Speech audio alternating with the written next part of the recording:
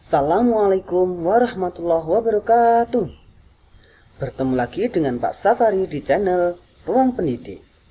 Pada kesempatan kali ini kita akan belajar perilaku terpuji. Akan tetapi sebelum kita belajar, marilah kita berdoa terlebih dahulu agar Allah Subhanahu wa Ta'ala memberikan ilmu dan kefahaman kepada kita. Tirukan Pak Guru ya. A'udzu billahi minasy syaithanir rajim. Bismillahirrahmanirrahim. Alhamdulillahi rabbil alamin. Ar-Rahmanir Rahim. Maliki yaumiddin. Iyyaka na'budu wa iyyaka nasta'in. Ihdinas siratal mustaqim.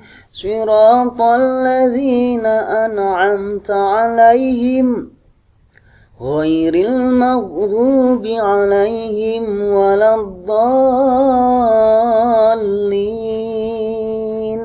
Rabbi zidni ilma warzuqni fahma.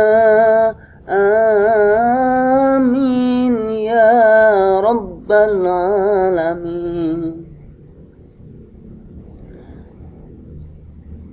Ya, demikian tadi adalah berdoa. Semoga dengan berdoa yang ikhlas kita memperoleh ilmu dan kefahaman dari Allah Subhanahu wa Ta'ala. Langsung saja ya kita belajar. Yuk, mari.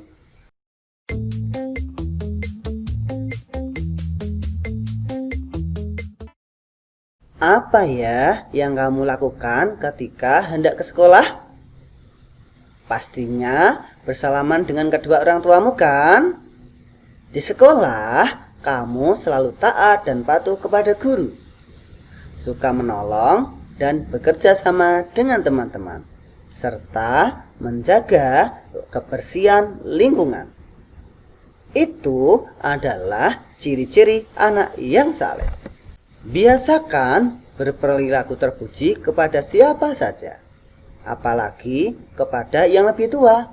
Kita harus menghormatinya ya. Kepada teman pun kita harus menghargainya. Dimanapun kita berada, hendaknya kita berperilaku yang baik. Pada kesempatan kali ini kita akan belajar 1. Hormat dan patuh. Yang kedua adalah kerjasama dan tolong menolong. Penasaran kan? Yuk segera kita pelajari. Hormat dan patuh.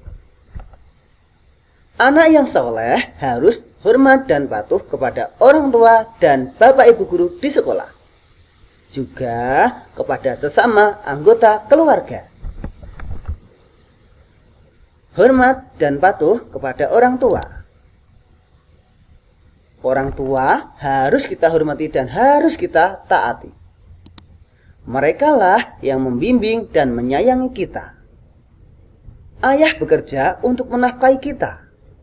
Ibu pun juga bekerja untuk menyediakan keperluan kita. Jika tidak hormat kepada mereka, kita termasuk orang yang durhaka. Anak durhaka itu dibenci oleh Allah dan juga pasti dibenci oleh kedua orang tua. Anak durhaka pasti akan dibalas oleh Allah dengan dimasukkan ke dalam neraka. Perhatikan dan amati gambar-gambar berikut ini. Gambar apa itu ya? Yuk kita cari tahu. Setelah memperhatikan gambar tersebut, ceritakan maksud gambar tersebut. Contoh sikap hormat kepada orang tua. 1. Santun saat berbicara dan tidak boleh berteriak-teriak. Yang kedua, sopan dalam berperilaku. Sedangkan yang ketiga, meminta sesuatu dengan cara yang baik dan sopan ya. Jadi kalau minta sesuatu tidak boleh sambil marah-marah, apalagi sambil merusak barang di rumah, misalkan merusak piring, membanting gelas. itu bukan ciri anak yang soleh. Perintah orang tua harus kita patuhi. Nasihatnya harus kita dengar dan pastinya harus kita laksanakan ya. Anak-anak yang patuh akan disayang oleh orang tua. Jadi, jadilah anak yang patuh dan taat ya. Contoh sikap patuh kepada kedua orang tua. 1. Jika diperintahkan kebaikan, segera melaksanakan dan tidak menunda-nunda. Contohnya ya, Dek, ayo mandi dulu. Nah, itu perintah orang tua untuk apa? Agar kita bersih dan sehat. Maka kita harus segera melaksanakannya. Oke, yang kedua, jika dinasehati, mendengarkan dan melaksanakan. Jadi kita tidak boleh membantahnya ya. Yang ketiga, tidak boleh membangkang perintah orang tua. Yang keempat, melaksanakan perintah orang tua dengan senang hati. Misalkan saja disuruh membantu orang tua untuk menyediakan teh untuk bapak, maka kita harus segera melaksanakan. Karena itu adalah salah satu wujud bakti kita kepada kedua orang tua. Ayo, siapa ya yang suka membantah kedua orang tua? Kalau masih ada yang seperti itu, maka wajib kita berhenti dan kita harus selalu menjadi orang yang patuh dan hormat kepada orang tua. Agar kita menjadi anak yang solih dan solihah. Hormat dan patuh kepada guru. Siapa ya orang tuamu di sekolah? Pastinya bapak dan ibu guru kan? Kamu harus hormat dan patuh kepada beliau, kepada bapak ibu guru di sekolah. Kepatuhan dan hormat kamu terhadap guru sama sepertinya hormat kamu kepada orang tua. Karena apa? Karena sama-sama orang tua. Kalau orang tua adalah orang tua di rumah, sedangkan bapak ibu gurumu adalah orang tuamu di sekolah. Oke, bagaimana ya cara hormat kepada bapak ibu guru? Jika kamu bertemu guru, ucapkanlah salam. Misalkan, Assalamualaikum bapak, Assalamualaikum ibu guru, selamat pagi bapak, selamat pagi ibu guru. Nah, itu adalah salah satu salam. Tentu setelah itu jabat tangannya dan sambil tersenyum. Nah, kalau di agama Islam sambil dicium tangannya. Oke. Berikutnya adalah berbicara dengan sopan kepada bapak ibu guru. Tidak boleh ya kepada ibu guru membentak pak, bu, bu. Apalagi tidak berbahasa pak, bu, aku izin ya. Nah, tidak boleh seperti itu ya. Terus apalagi ya? Yang ketiga, jika lewat di depannya, berjalanlah dengan menunduk sambil mengucapkan permisi.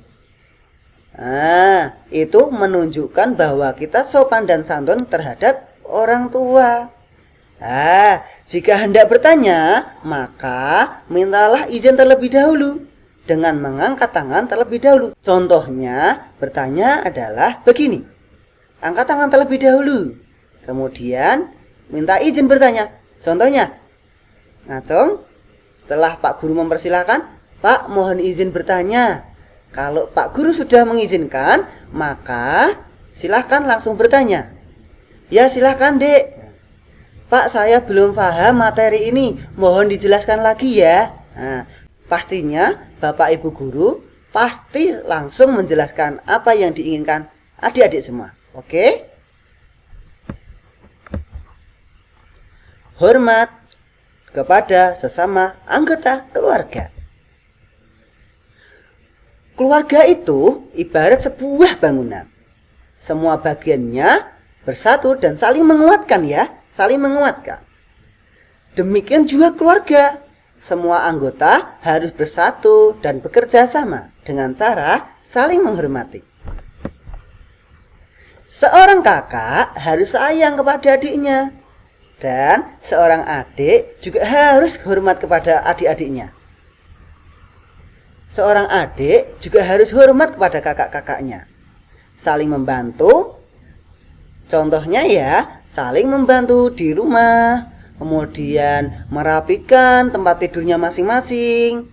Tidak mengganggu, tidak menjahili satu sama lainnya. Dan sesama anggota keluarga tidak boleh bertengkar, apalagi berkelahi, bermusuhan. Tidak boleh. Di agama Islam itu jelas dilarang. Oke? Nah, semua anggota keluarga harus saling menyayangi. Jika mempunyai sesuatu, kita harus berbagi dan tidak boleh saling berebut. Semua anggota keluarga harus rukun dan harus saling menyayangi. Oke, untuk pertemuan kali ini cukup itu dulu ya. Untuk materi kerjasama dan tolong menolong akan kita bahas minggu depan. Oke? Dari Pak Guru, banyak salahnya, mohon maaf yang sebesar-besarnya ya.